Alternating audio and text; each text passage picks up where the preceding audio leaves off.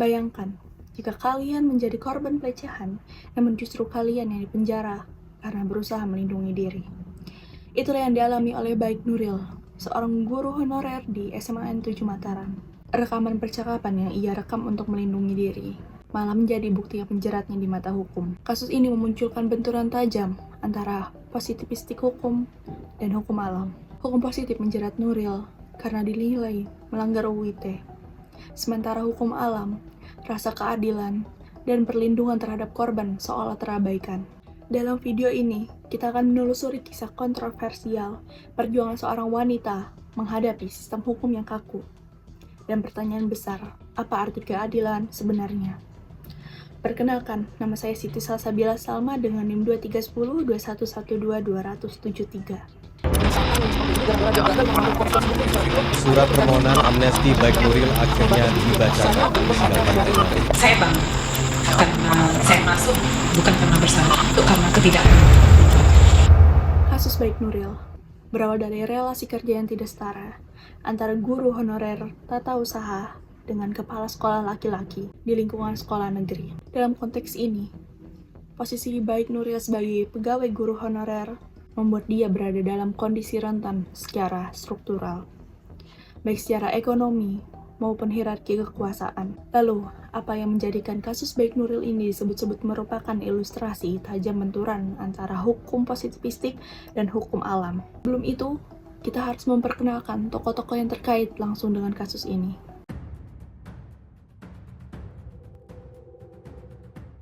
Baik Nuril Maknun adalah seorang guru honorer di SMA N 7 Mataram, Nusa Tenggara Barat. Ia telah bekerja cukup lama, namun status honorer membuat posisinya lemah dan mudah ditekan. Baik Nuril dikenal sebagai pribadi yang berusaha menjaga profesionalitas kerja. Namun ia mengalami tekanan psikologis akibat perlakuan tidak pantas dari atasannya. Kepala sekolah SMA N 7 Mataram saat itu yang bernama Muslim. Ia merupakan atasan langsung dari Baik Nuril dan memiliki kewenangan besar terhadap keberlanjutan pekerjaan Baik Nuril sebagai guru honorer. Muslim diduga sering menghubungi Baik Nuril melalui telepon. Dalam percakapan tersebut menyampaikan cerita-cerita seksual dan bahkan sering mengajak menginap di hotel namun sering ditolak oleh Nuril. Selain itu, dia juga sering melontarkan kalimat yang mengarah pada pelecehan verbal dan tekanan psikologis yang membuat Baik Nuril tidak nyaman. Relasi kuasa inilah yang menjadi konteks penting dalam memahami kasus ini, namun justru diabaikan dalam penerapan hukum positif. Selain Nuril dan Muslim, terdapat satu lagi tokoh penting di dalam kasus ini, yaitu Imam Mudawin. Imam Mudawin adalah rekan kerja Baik Nuril di sekolah tersebut. Ia bukan pelaku utama, tetapi berperan penting dalam penyebaran rekaman suara. Imam adalah pihak yang meminta salinan rekaman dari Baik Nuril. Rekaman tersebut kemudian berpindah tangan dan tersebar, hingga akhirnya diketahui oleh Dinas Pendidikan dan aparat penegak hukum. Perlu ditekankan bahwa Baik Nuril tidak menyebarkan rekaman secara langsung kepada publik. Agustus 2014, 16.30 WITA. Muslim, kepala sekolah, sering menelpon Baik Nuril. Dalam beberapa percakapan, Muslim menyampaikan cerita dan ucapan bermuatan seksual. Baik Nuril merekam salah satu percakapan bukan untuk menyebarkan, tetapi sebagai bukti untuk melindungi diri jika suatu saat ia dituduh atau ditekan. Tahun 2015, rekaman tersebut diketahui oleh Imam Mudawin. Imam meminta salinan rekaman dengan alasan ingin melaporkan tindakan kepala sekolah. Rekaman kemudian menyebar tanpa kendali Baik Nuril. Setelah rekaman tersebar, Baik Nuril dipanggil oleh Dinas Pendidikan Kota Mataram dan 4 hari setelah pemanggilan Nuril, diberhentikan dari pekerjaannya. 17 Maret 2015, Muslim melaporkan Baik Nuril ke polisi. Baik Nuril dijerat pasal 27 ayat 1 UIT tentang distribusi konten asusila. Dan apakah jika eksekusi itu terjadi, Ibu sudah siap untuk menjalani? Saya sudah siap karena saya tidak pernah melakukan yang seperti yang dituduhkan itu. Jadinya saya bangga karena saya masuk bukan karena bersalah. Saya masuk karena ketidakadilan, itu aja. Pada 2017, pengadilan tingkat pertama Majelis Hakim membebaskan Baik Nuril melalui putusan nomor 265 pidana khusus 2017 PN Mataram dengan pertimbangan bahwa ia tidak memiliki niat menyebarkan rekaman tersebut dan posisinya adalah sebagai korban pelecehan. Putusan ini sempat dipandang sebagai bentuk keadilan substantif karena mempertimbangkan konteks korban. Namun, jaksa mengajukan kasasi kepada Mahkamah Agung dan pada 9 November 2018, Mahkamah Agung membatalkan putusan Pengadilan Negeri. Dalam putusan kasasi nomor 547K/Pidsus/2018, MA menyatakan Baik Nuril terbukti bersalah karena melanggar UU ITE dan menjatuhkan hukuman 6 bulan penjara serta denda 500 juta subsidiar 3 bulan kurungan. Kehilafan hakim dan terduga nyata itu tidak terbukti. Putusan iudex juris, ya, putusan kasasi itu sudah tepat, sudah benar, karena yang diadili adalah terdakwa Baik, dinyatakan bersalah karena memang perbuatannya memenuhi sebagai tindak pidana yang diatur di dalam pasal 27 itu tadi. Putusan ini menuai kritik luas karena dianggap mengabaikan konteks korban dan menerapkan hukum secara sangat formalistik. Setelah putusan kasasi, Baik Nuril mengajukan peninjauan kembali, tetapi PK ditolak oleh Mahkamah Agung pada tahun 2019. Penolakan ini menegaskan bahwa jalur peradilan tidak lagi memberikan ruang kebebasan baginya, meskipun tekanan publik semakin kuat. Putusan ini menuai kecaman luas dari masyarakat karena dianggap tidak adil dan tidak bermoral. Pada tahun 2019, reaksi masyarakat terhadap kasus Baik Nuril sangat kuat dan meluas, karena banyak pihak yang menilai putusan hukum yang menjerat Baik Nuril sebagai bentuk ketidakadilan terhadap korban pelecehan seksual. Publik melihat Baik Nuril bukan sebagai pelaku kejahatan digital, melainkan sebagai korban relasi kuasa yang berusaha melindungi diri. Rasa empati dan kemarahan sosial muncul karena hukum dianggap gagal melindungi perempuan dan justru menghukum pihak yang lemah. Untuk langkah yang saat ini dan yang pasti akan kita tempuh yaitu peninjauan kembali. Karena itu salah satu-satunya upaya hukum yang dapat kita tempuh terhadap putusan yang berkekuatan hukum tetap, dalam hal ini putusan kasasi. Nah, sekarang ini yang sedang kami coba susun, memori peninjauan kembalinya, untuk kami upayakan selanjutnya supaya putusan di tingkat kasasi ini itu dapat dibatalkan oleh peninjauan kembali nanti di Mahkamah Agung. Kasus ini kemudian menjadi simbol kritik terhadap penerapan UU ITE yang dinilai kaku dan tidak berpihak pada keadilan.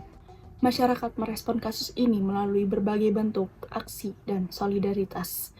Di ruang digital, tagar dukungan seperti Save Ibu Nuril dan Tolak Eksekusi Ibu Nuril yang ramai digunakan oleh warganet untuk menyuarakan solidaritas dan menolak eksekusi hukum terhadapnya. Tagar ini menjadi penghubung suara masyarakat yang menuntut agar kasus ini ditinjau ulang dan hak-hak korban kekerasan lebih dilindungi dalam penegakan hukum digital.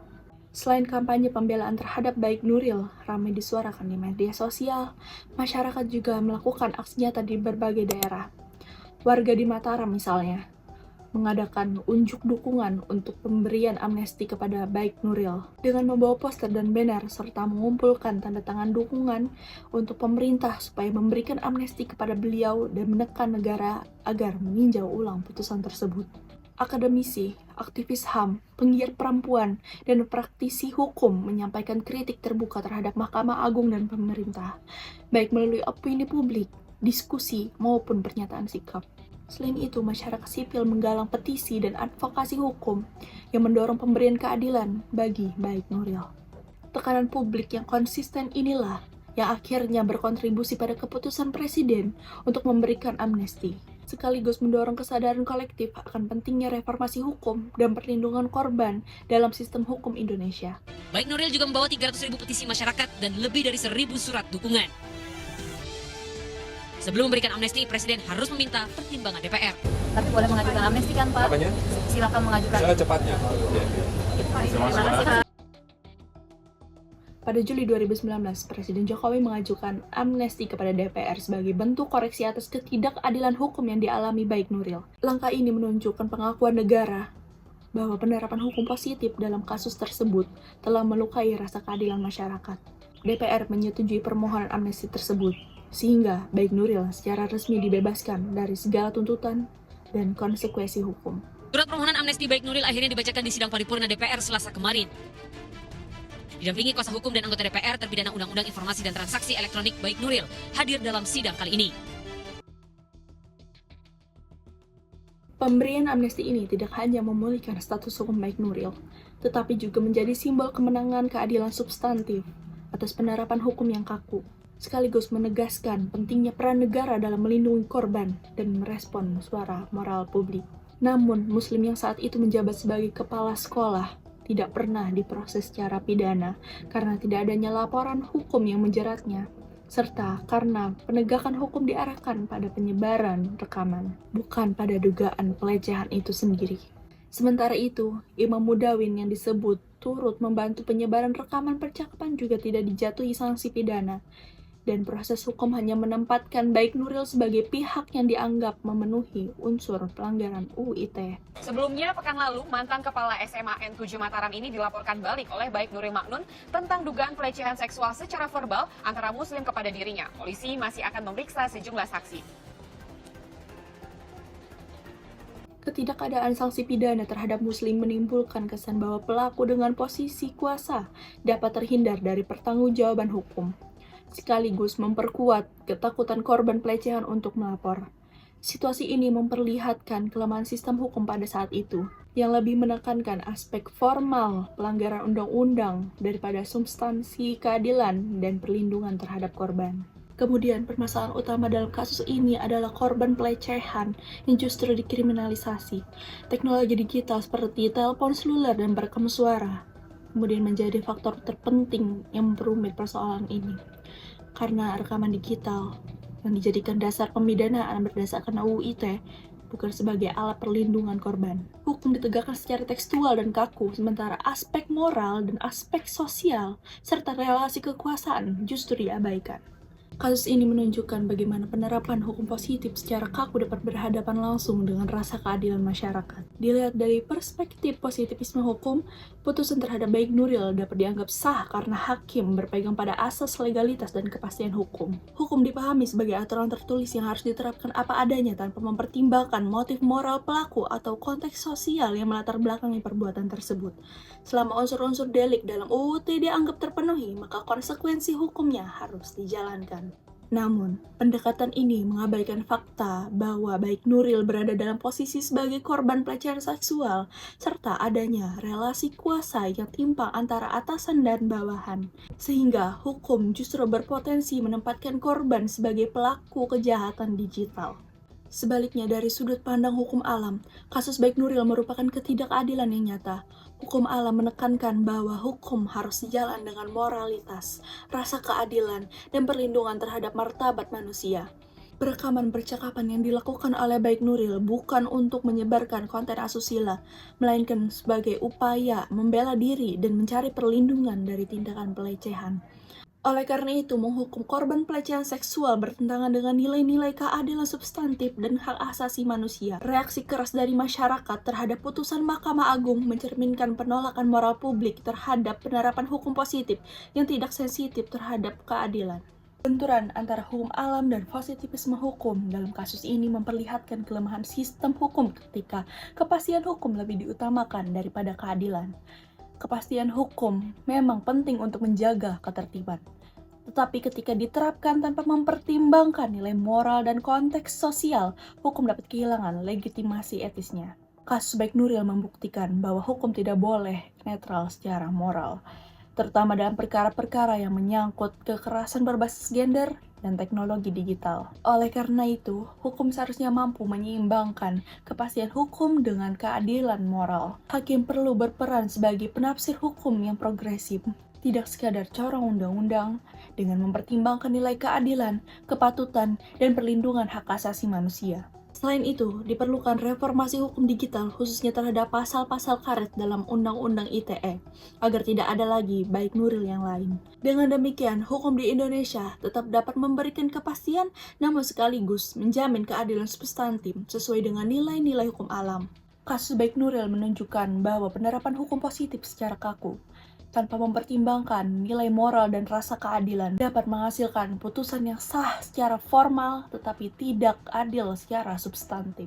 Hukum alam yaitu keadilan dan perlindungan martabat manusia dalam kasus ini memperlihatkan kelemahan hukum ketika kepastian hukum lebih diutamakan daripada perlindungan terhadap korban, khususnya dalam konteks pelecehan seksual dan ruang digital. Reaksi publik yang luas membuktikan bahwa hukum yang tidak selaras dengan nilai keadilan dan nilai kemanusiaan akan kehilangan legitimasi sosialnya. Pesan untuk pemerintah, perlunya keberanian dan komitmen untuk mereformasi sistem hukum, terutama hukum digital seperti UU ITE, agar tidak ada lagi mengandung pasal-pasal multitafsir yang justru berpotensi mengkriminalisasi korban. Pemerintah juga harus memastikan bahwa hukum berfungsi sebagai alat perlindungan bagi kelompok rentan, bukan sebaliknya. Selain itu, aparat penegak hukum dan hakim perlu dibekali dengan perspektif keadilan substantif dan sensitif gender, sehingga hukum tidak hanya memberikan kepastian, tetapi juga mencerminkan nilai kemanusiaan, moralitas, dan keadilan sosial sebagaimana diharapkan oleh masyarakat. Sehingga harapannya nanti Komisi 3 DPR dapat mendorong Mahkamah Agung membuat kamar tersendiri, sebagaimana ada kamar tipikor, kamar hubungan industrial, membuat kamar tersendiri nanti khusus hakim-hakim yang memang mendapat pelatihan khusus di bidang cyber forensik, cyber law, dan cyber crime. Jadi sehingga nanti matching gitu dengan pemahamannya. Sehingga ya tidak ada lagi misleading penyesatan yang seperti ini gara-gara dia gagal memahami konstruksi hukum secara utuh, akhirnya terjadi terjadi akrobatik di situ. Faktanya berubah, fakta menjadi baru. Yang di fakta tingkat pertama itu yang punya laptop adalah ini adalah saksi Imam Mudawin, tapi di tingkat kasasi disebut Nuril. Kemudian yang menjadi dakwaannya adalah 27 ayat 1, tapi oleh Mahkamah Agung yang dianggap dilarang itu adalah merekam. Ini kan gagal pemahaman, ini menyesatkan ini. Kasus ini mengingatkan bahwa hukum positif harus selaras dengan nilai-nilai keadilan yang melekat pada hukum alam agar tidak menjerat korban yang sedang mencari perlindungan. Dari sini, pesan yang bisa diambil adalah pentingnya hukum yang berpihak pada keadilan substantif, keberanian untuk melawan pelecehan secara sah, dan kesadaran masyarakat akan hak-hak korban. Dari kasus ini juga kita berharap adanya perlindungan yang lebih baik bagi korban pelecehan seksual agar mereka tidak terancam hukum saat membela diri, serta keadilan hukum yang lebih berimbang, menekankan substansi keadilan daripada sekadar teknis legalitas. Selain itu, kesadaran masyarakat tentang seriusnya pelecehan seksual dan hak korban untuk mendapat dukungan sangat penting. Pesan yang bisa diambil adalah jangan takut melawan pelecehan dengan cara yang sah. Peran hukum harus melindungi korban dan masyarakat perlu mendorong hukum yang berpihak pada keadilan. Kasus Baik Nuril menjadi pengingat bahwa keberanian untuk membela diri adalah sah dan keadilan harus ditegakkan. Semoga cerita ini menjadi pelajaran bagi kita semua. Dan kasus ini menjadi pengingat bahwa hukum bukan hanya soal aturan tertulis, tetapi juga keadilan yang manusiawi. Dan semoga kita terhindar dari kasus yang serupa. Saya Siti Salsabila Salma, terima kasih dan sampai jumpa.